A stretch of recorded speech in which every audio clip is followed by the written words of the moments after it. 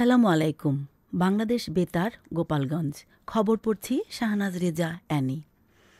পরিবেশ উপদেষ্টা সৈয়দা রেজওয়ানা হাসান বলেছেন, পরিবেশ বান্ধব পদ্ধতিতে তৈরি ঐতিহ্যবাহী বস্ত্রের প্রসারে কাজ করতে হবে।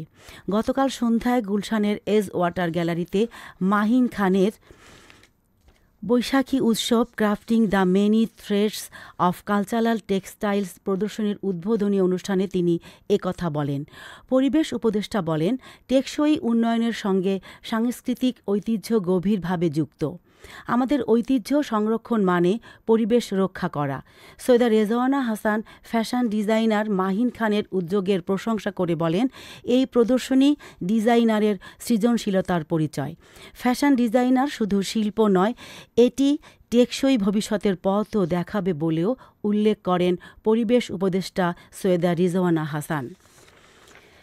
পররাষ্ট্র উপদেষ্টা মোহাম্মদ তৌহিদ হোসেন বলেছেন, লাখ লাখ প্রবাসীদের উন্নত সেবা নিশ্চিত করার জন্য সরকার বিদেশে বাংলাদেশের মিশনগুলোতে জনবল বৃদ্ধিতে সক্রিয়ভাবে কাজ করে যাচ্ছে। গতকাল রাজধানীর ফরেন সার্ভিস একাডেমিতে ফরেন সার্ভিস ডে উপলক্ষে এক আলোচনা সভায় তিনি একথা বলেন।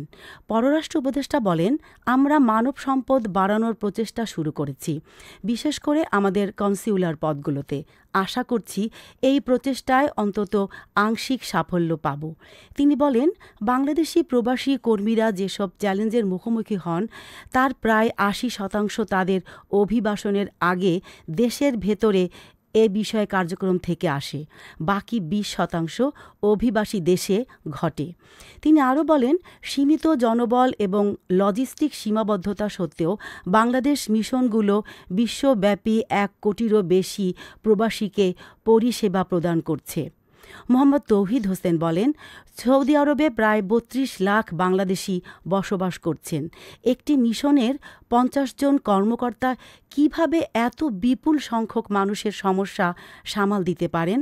অভিবাসী শ্রমিকরা দেশ ছাড়ার আগেই যে পদ্ধতিগত সমস্যার সম্মুখীন হচ্ছেন তা কমাতে ঢাকায় উদ্যোগ নিতে আহ্বান জানান পররাষ্ট্র উপদেষ্টা মোহাম্মদ তৌহিদ হোসেন।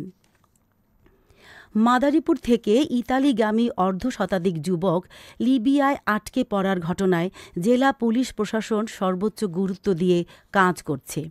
মাদারীপুরের অতিরিক্ত পুলিশ সুপার শেখ সাব্বির হোসেন জানিয়েছেন, অভিযুক্ত দালালদের বিরুদ্ধে মানি লন্ডারিং আইনেও চলছে তদন্ত। কাজ করছে জেলার গোয়েন্দা পুলিশের পাশাপাশি সিআইডিও। মূল অভিযুক্ত আবুল কালাম মুন্সিকে আইনশৃঙ্খলা বাহিনী গ্রেপ্তার করলেও জামিনে বেরিয়ে ভুক্তভোগীদের বিরুদ্ধে একাধিক মামলা করায় ভুক্তভোগীদের মধ্যে আতঙ্ক বিরাজ করছে। মানব পাচার মামলার তদন্ত কার্যক্রম শেষে শিগগিরই আদালতে চার্জশিট দেয়া হবে। বাদীপক্ষকে অন্য মামলা দিয়ে হয়রানি করা হলে তথ্য প্রমাণ সাপেক্ষে আইনগত ব্যবস্থা নেওয়া হবে। মাদারীপুরের কালকিনি পৌর এলাকার চর ঠ্যাঙ্গামারা গ্রামে গতকাল ডোবায় পড়ে ৪.৫ বছর বয়সী মমিন নামের এক শিশুর মৃত্যু হয়েছে। পরিবার জানায়, মমিন বাড়ির উঠোনে খেলছিল। খেলার সময় অজান্তেই সে বাড়ির পাশের একটি ডোবার কাছে চলে যায়। কিছুক্ষণ পর পরিবারের সদস্যরা শিশুটিকে দেখতে না পেয়ে খুঁজতে শুরু করে। এক পর্যায়ে ডোবার পানিতে তাকে মুমূর্ষু অবস্থায় পাওয়া যায়।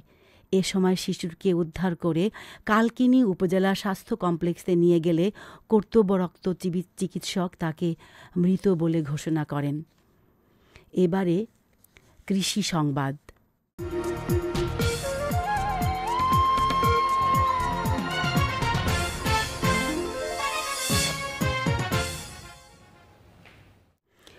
গোপালগঞ্জ জেলার মুকসুদপুর উপজেলায় এবছর ১,৪৯৭ হেক্টর জমিতে সরিষা চাষ করা হয়েছিল।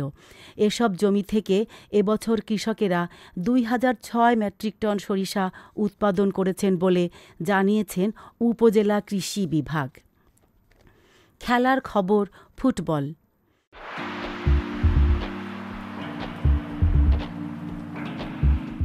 তারুণ্যের উৎসব উপলক্ষে রাজবাড়ী জেলা স্টেডিয়ামে অনুষ্ঠিত অনূর্ধ্ব-১৫ জাতীয় ফুটবল টুর্নামেন্টে বৃহস্পতিবার শরীয়তপুর জেলা দল মাদারীপুর জেলা দলকে ৪-৩ গোলে হারিয়েছে। খেলার প্রথমার্ধে মাত্র ১০ মিনিটের মধ্যে ৩টি গোল করে এগিয়ে যায় মাদারীপুর জেলা দল। দ্বিতীয়ার্ধে দুর্দান্তভাবে ঘুরে দাঁড়িয়ে ২১ মিনিটের মধ্যেই শরীয়তপুর জেলা দল ৪টি গোল করে জয়লাভ করে। এর আগে ১৫ এপ্রিল মাদারীপুর ২-০ গোলে হারিয়েছিল মুন্সিগঞ্জকে। এই টুর্নামেন্টে অংশগ্রহণ করে শরীয়তপুর, মাদারীপুর, মুন্সিগঞ্জ, রাজবাড়ী, ফরিদপুর ও গোপালগঞ্জ জেলা দল।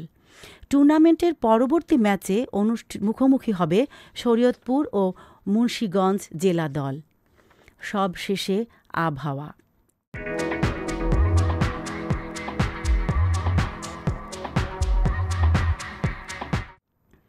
আজ বেলা ১টা পর্যন্ত দেশের অভ্যন্তরীণ নদী বন্দর সমূহের জন্য আবহাওয়ার পূর্বাভাসে বলা হয়েছে, ঢাকা, ফরিদপুর, মাদারীপুর, টাঙ্গাইল, বরিশাল, পটুয়াখালী, কুমিল্লা, নোয়াখালী, চট্টগ্রাম এবং কক্সবাজার অঞ্চলসমূহের উপর দিয়ে পশ্চিম অথবা উত্তর পশ্চিম দিক থেকে ঘণ্টায় ৪৫ থেকে ৬০ কিলোমিটার বেগে অস্থায়ীভাবে দমকা অথবা ঝোড়ো হাওয়াসহ বৃষ্টি অথবা বজ্রবৃষ্টি হতে পারে।